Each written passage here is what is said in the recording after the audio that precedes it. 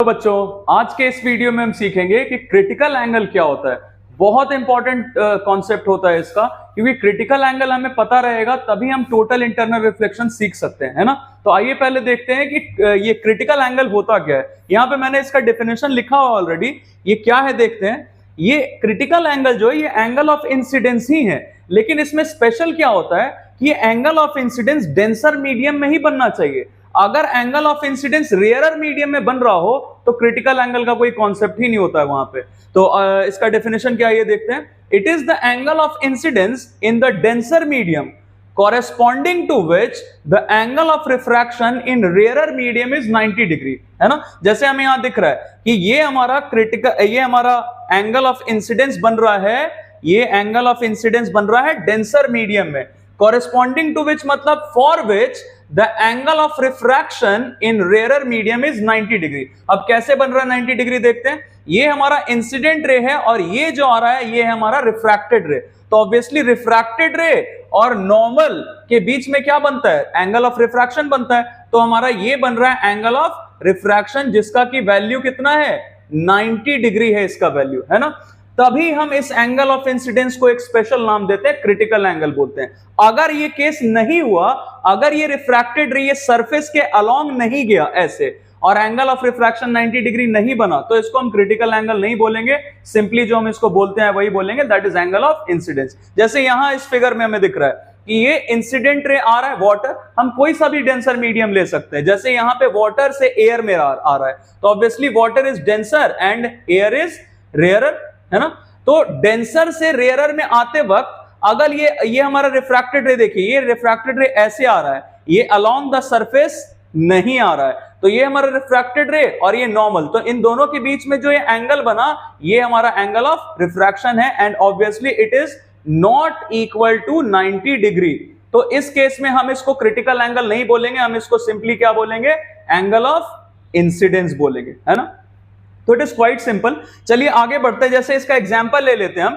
अलग अलग मीडियम के लिए क्रिटिकल एंगल का वैल्यू अलग अलग होता है। फॉर एन एग्जांपल, अगर लाइट रे ग्लास से, ये मान लेते हैं हमारा ग्लास है, अगर लाइट रे ग्लास से एयर में जाने वाला है तो ग्लास के लिए क्रिटिकल एंगल का वैल्यू होता है 42 डिग्री। मतलब लाइट रे अगर ग्लास से ट्रेवल करता हुआ गया और अगर यहां पे ये एंगल कितना बन गया 42 डिग्री बन गया, तो फिर हमारा रिफ्रैक्टेड रे ऐसे आ जाएगा, है ना। अगर यही चीज वाटर के लिए हुआ तो वाटर के लिए क्रिटिकल एंगल का वैल्यू होता है 48 डिग्री।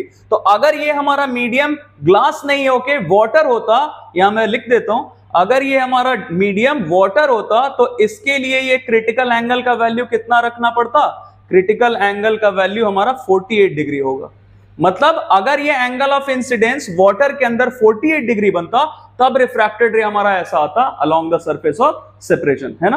तो इस एग्जांपल से हमारा कॉन्सेप्ट और थोड़ा अच्छा हो गया होगा। आइए आगे बढ़ते हैं।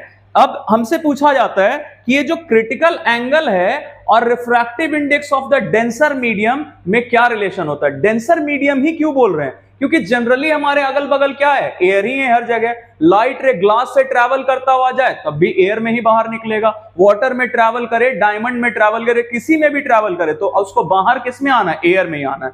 तो हम एयर हमारा फिक्स्ड है, रेयरर मीडियम, जब तक कुछ अलग नहीं बताया जाए तब तक। और डेंसर मीडियम हमारा कुछ भी हो सकता है, तो हमने मीडियम का नाम यहां नहीं लिखा है, डायरेक्टली मीडियम लिख के चल रहे हैं। हो सकता है ग्लास, वाटर, डायमंड, कुछ भी हो।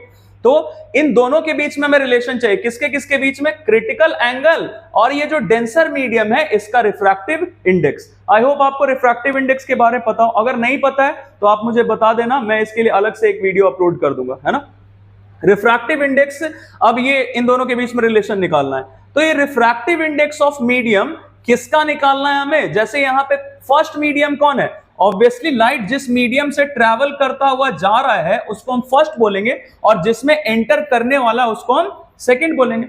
ऐसा ही होता है जनरली, है ना। फर्स्ट जिससे आ रहा है और सेकंड जिसमें जाने वाला है। तो हमारा जो लॉज ऑफ रिफ्रैक्शन होता है उसमें से एक लॉ हमारा ये होता है जो क्या बताता है, रिफ्रैक्टिव इंडेक्स, ये म्यू हम सिंबल यूज करते हैं रिफ्रैक्टिव इंडेक्स के लिए।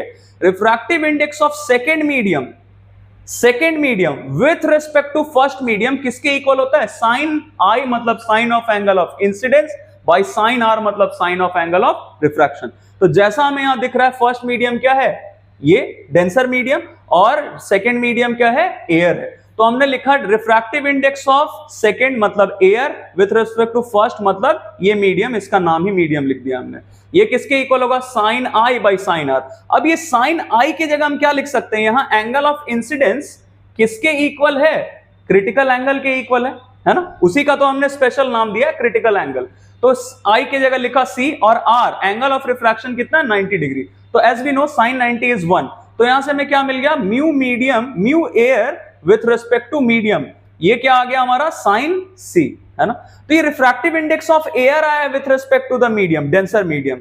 अगर हमने प्रिंसिपल ऑफ रिवर्सिबिलिटी पढ़ा हो तो हमें ये पता होगा कि प्रिंसिपल ऑफ रिवर्सिबिलिटी क्या बताता है? Refractive index of second medium with respect to first reciprocal होता है किसका? Refractive index of first medium with respect to second. इसी का यूज हमने यहां पे किया है। तो हम क्या लिख सकते हैं? Refractive index of medium with respect to air अगर निकालना है, मतलब डेंसर मीडियम का refractive index with respect to air अगर निकालना है, तो हम ऐसा लिख सकते हैं क्या?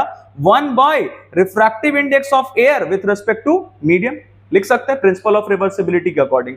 अब देखिए ये refractive index of air with respect to medium तो हमें पहले ही मिल चुका है, साइन सी, तो हमने इसकी जगह रख दिया sine C. Finally we got the relation between refractive index of the medium and angle of ये क्रिटिकल एंगल, है ना?